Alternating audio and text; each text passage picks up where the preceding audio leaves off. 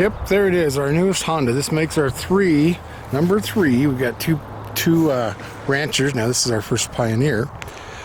Drove 1,000 Pioneer last summer. I was really impressed by it. I thought, well, let's see, which one do I want? This one is the 500.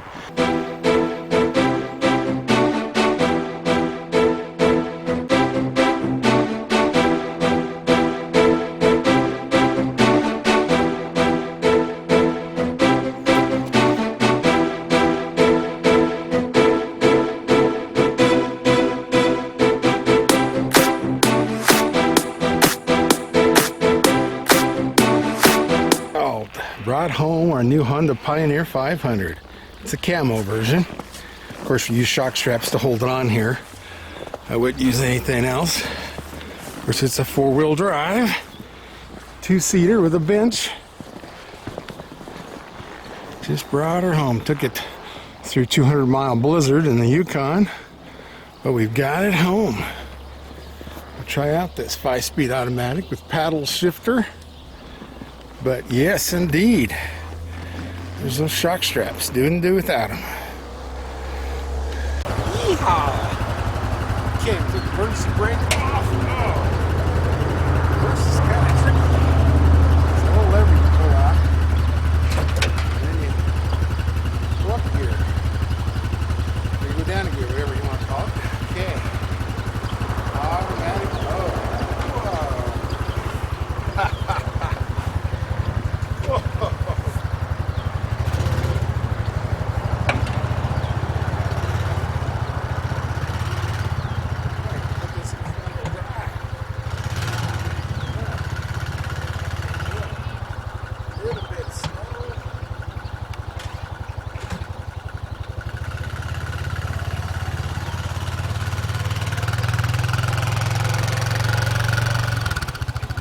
Still holds two seat belts, roll bar, everything you want for safety.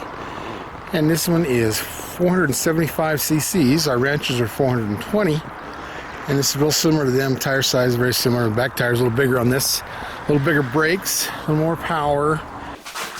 Here's our other two Hondas. We've got two Ranchers that we use all the time. These are 420 cc's, four-wheel drive, electric shift. I like the electric shift on these. On the red one here, I put a snowplow and a winch and great big giant 6-ply tires, which I kind of regret, like makes it ride rough. But it did give me my 2 inches of elevation I needed because of the snowplow bracket. I got the camo one, which is cool. This one's all in black and camo, but I guess I can sneak up on the deer. Pretty cool on the back. You just have a rack, not a dump bed, which is like my ATVs. So I'm going to get, of course, some kind of a cargo carrier back there, and I'll probably put a winch on it. All the normal stuff. A little longer wheelbase. It's actually a foot and a half longer than the Ranchers are. But this is really a cool setup on the Pioneer 1000. The net and the door were separate, and the door folded from the other direction. So you had to do them individually. So you had to hook the door, then you had to hook the net. I didn't like that. Now this rascal, it's all hooked together. One action. This has paddle shifters. It's so cool. This rascal, just like a Raptor or one of those race cars. Well, it doesn't have power steering. Power steering in the front locker would have been nice, but the ATVs don't have that either. Front locker or power steering. If I really don't like the way it steers when we hit the rocks, I will add power steering to it. It's about $500. I'll probably add a winch to it. But I was looking at the Can-Am Trail, the Maverick Trail, and the Kawasaki T-Rex in comparison. And I went with this because it's gears. Honda's actually the only ATV, UTV out there. It's my first side-by-side. This one has gears, 5 of them. And so I can downshift, I can put it in automatic and just let it shift itself, or I can put it in manual, or even in automatic and just hit the paddle shifters and away I go.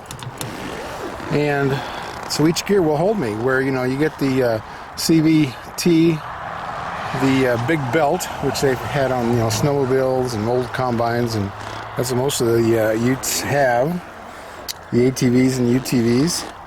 And I'm not a big fan of those, because coming downhill, a lot of times you have to actually wrap it up to get the clutches to engage to give you some downhill engine braking, where this engine braking is every time I shift. So I think my downhill control is better. And this is only a 50-inch model, which I like.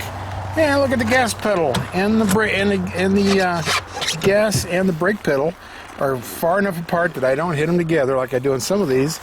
And this has one bench seat.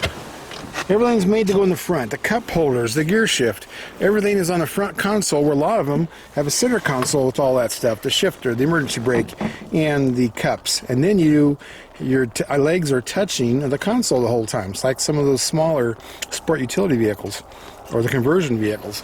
But this, my fat butt fits in here fine, which I really wanted. In the 1000 model Pioneer, you actually get seatbelts for 3 in the front. But I got this because it's 50 inches too, and it'll go all the places my ATV trails do. There's a lot of trails that will limit you to 50 inches. And those are the good trails. Those are the tough ones. And this one will go there, where my ATVs go there, but the bigger side-by-sides I looked at would not go there. Well, the Maverick is supposed to be 50 inches wide too on their trail. It was quite a bit more expensive. And it wasn't automatic. It was a CVT, even though they do have engine brake and a few other things. But this one fit my budget. It fit everything we wanted. We're going to add a few accessories to it and take this out trail riding. Really cool gas tanks on the side. Really easy to get gas in these puppies. And this has got one well-lacious frame underneath it. Box metal, channel, angle iron, mostly tubing. So I really like the way it's framed in. It has adjustable shocks. That's one of the other things. It doesn't have a lot of wheel travel. It has about an inch more ground clearance than our Ranchers, but about 3/4 of an inch less wheel travel. So we'll see how that goes. I may have to put some Fox shocks on it, but we're going to play with this. I know these are dependable. I love the way these engines are designed. Now this has, disc brakes front and disc brakes on the back. Disc brakes on the back is right on the differential coming off the drive shaft, which is also emergency brake. Great emergency brakes on these. The Kawasaki Brute Force 300 that I traded in had a terrible emergency brake. You couldn't get it tight enough to actually work. These work so well, and I like having a roll cage, hauling the grandkids in. I like the seat belts. And we're going to see what all accessories we're going to put on this puppy. But the engine on this is so much more efficient. This is the same one's in the Rubicon, so it's bigger than what's in the Ranchers. But they're in there sideways, so the crankshafts go right to the drive shafts. Instead of like every other one out there, they have an engine and you have your transmission off to the side, or you have your belt off to the side, which goes back to either a power divider or a transfer case or whatever the next gearbox is, and then it has to keep changing directions. Where this one goes out the front of the engine, out the back of the engine. And it's so simple. Very good way of doing it. So we'll start taking this up on the trails and see just how stuck I can get. I've got live rear end and it's 4-wheel drive, so one of the front ones will always be spinning, just like what we have now with our ATVs on our 2 Honda Ranchers. But we're going to have fun, take the grandkids along and see how deep into the woods we can get here in Colorado. I know the trails are full of snow now, so there's only a few of them that we can get onto, but we'll see how much snow we can break through. We might have to go duck hunting or something out in eastern Colorado. Find us a place to get lost, find some creek beds to climb. But yeah, this is our new adventure, our Pioneer 500, our first side-by-side.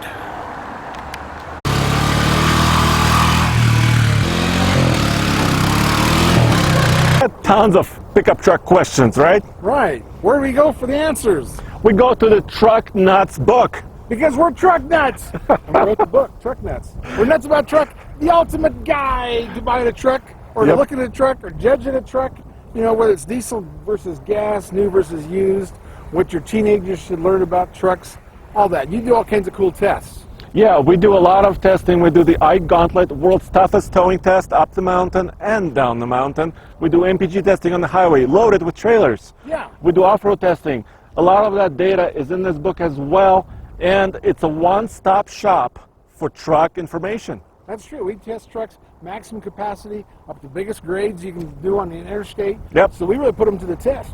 And you can get all the facts you can't find anywhere else. We do MPG tests, which you can't find on any sticker anywhere. So, all that stuff that you can't find is in the book. And you can find the book at trucknutsbook.com. There are links to Amazon, Barnes & Noble, and all the other bookstores as well. So read about your truck nuts.